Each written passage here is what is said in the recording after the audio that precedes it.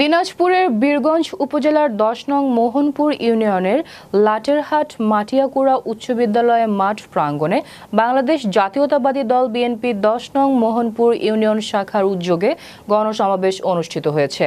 শুক্রবার সন্ধ্যা ৬টায় বীরগঞ্জ উপজেলা বিএনপির সহ সভাপতি ফেরদৌস হোসেনের সভাপতিত্বে এবং ১০ নং মোহনপুর ইউনিয়ন বিএনপির সাধারণ সম্পাদক আব্দুল খালেকের সঞ্চালনায় সমাবেশে প্রধান অতিথি হিসেবে বক্তব্য রাখেন বাংলাদেশ জাতীয়তাবাদী কৃষক দল কেন্দ্রীয় কমিটির ১ নং সদস্য ও বীরগঞ্জ উপজেলা বিএনপির সভাপতি, দিনাজপুর ১ আসনের সংসদ সদস্য পদপ্রার্থী মঞ্জুরুল ইসলাম। সমাবেশে বিশেষ অতিথি হিসেবে বক্তব্য রাখেন বীরগঞ্জ উপজেলা বিএনপির সাংগঠনিক সম্পাদক মোজাহিদুল ইসলাম মাজু, বীরগঞ্জ উপজেলা বিএনপির সহ সভাপতি ফসিউর রহমান চৌধুরী নবাব, ৪ নং পাল্টাপুর ইউনিয়নের চেয়ারম্যান তহিদুল ইসলাম তৌহিদ, ১০ নং মোহনপুর ইউনিয়নের চেয়ারম্যান শাহিনুর রহমান চৌধুরী শাহিন সহ বিভিন্ন স্তরের নেতৃবৃন্দ ও দায়িত্বশীলরা।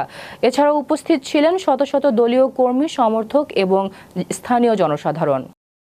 আমরা দেখছেন তারেক রহমান নির্দেশ দিয়েছিল আমরা কোনো ভোট করব না, অথচ আমাদের যারা স্টেজে আমাদের উপরে স্থান দিয়েছেন আমরা অনেকেই তারেক রহমানের নির্দেশ অপেক্ষা করে আমরা উপজেলা ভোট করলাম।